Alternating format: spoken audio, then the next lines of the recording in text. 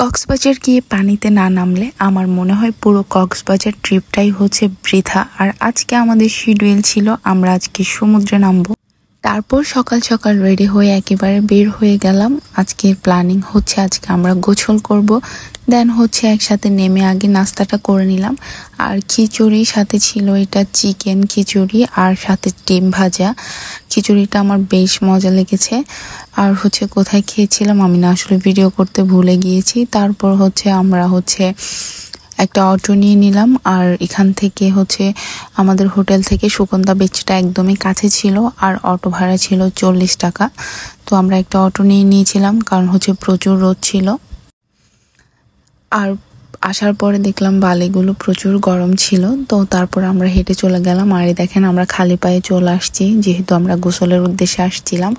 আর সবার আগে চোখে পড়লো ভাইরাল আনারকলিটা, কক্সবাজারের হচ্ছে বিখ্যাত ভাইরাল আনারকলি, যেটা একদম প্রত্যেকটা জায়গায় জায়গায় পাওয়া যাবে। আমরা সেটা ট্রাই করার জন্য আগে চলে গেলাম। আর আপনাদের ভাই এখানে দরদাম করছিল।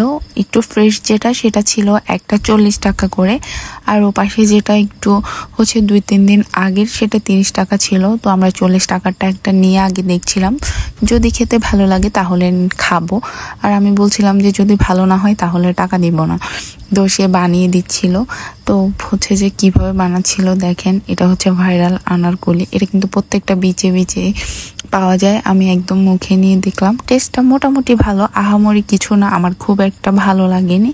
তো তারপর সবাই একটু একটু ট্রাই করলো আমারটা থেকে।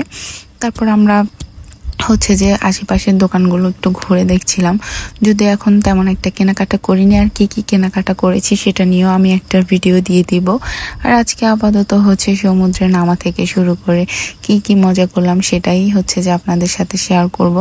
আর বালিগুলো প্রচুর গরম ছিল, প্রচুর রোদও ছিল, বাট খুব এক্সাইটেড ছিলাম কারণ এটা হচ্ছে আমার ফার্স্ট সমুদ্র হচ্ছে ভ্রমণ।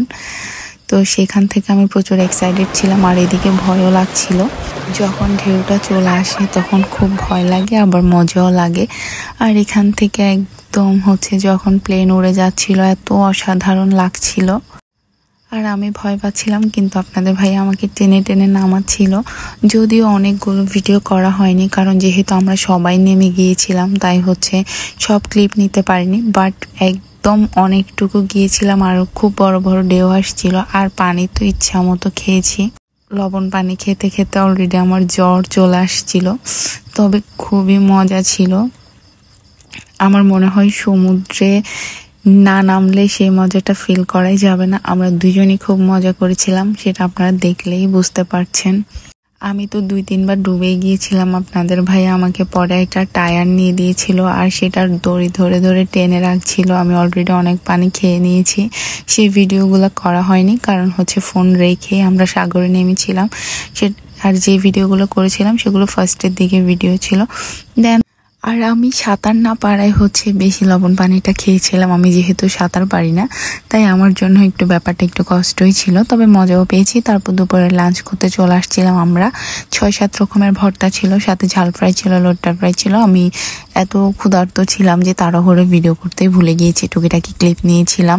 তো নেক্সট আরও সুন্দর সুন্দর ভিডিও থাকছে, পেজের সঙ্গেই ফলো দিয়ে রাখুন, আরও ভালো ভালো ভিডিও আপলোড করা হবে। সো টাটা, আজকে এইটুকুই।